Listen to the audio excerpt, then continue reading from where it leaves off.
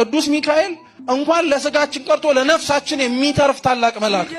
ሰው ወዶ መሰለ ሚካኤልን እርዳኝ የሚለው እስራኤልን ሲራዳ ስለተመለከተ እኮ ነው። ሰው ወዶ መሰለ እንዴ ሚካኤልን እንኳን ማብላትና መታደግ ቀርቶ የእግዚአብሔርን መንግስት አውርሰኝ ብለን እኛ ሚካኤልን ልጠይቀዋለን። ሚካኤልን ሰው እኮ ወዶ አይደለም በነገራችን ላይ ሁሉንም ነገር የሚለምን። ኢያሱ ጋር ስትሄዱ ጠላቶቹን ድል የሚያደርግ ሰይፍ ይዞ ቆሞ እንዳትፈራ እንዳትደነግጥ ብሎ የሚናገር መልአክ ሆኖ ታገኙታላችሁ።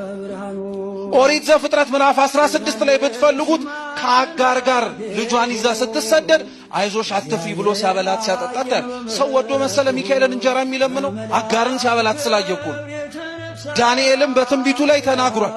ከዋነኞቹ አለቆች መካከል አንዱ ሚካኤል ምን ሊያረገኝ መጣ ብሎ ሊረዳኝ መጣ ብሎ። ሚካኤልን በምኑ ታውቁታላችሁ ከተባላችሁ በንግግሩ ነው። ሚካኤል በንግግሩ ይታወቃል። ከእግዚአብሔር የሚያቀርብ ነገር ነው የሚናገሩ፣ ወደ አምላክ የሚወስድ ነገር ነው የሚናገሩ።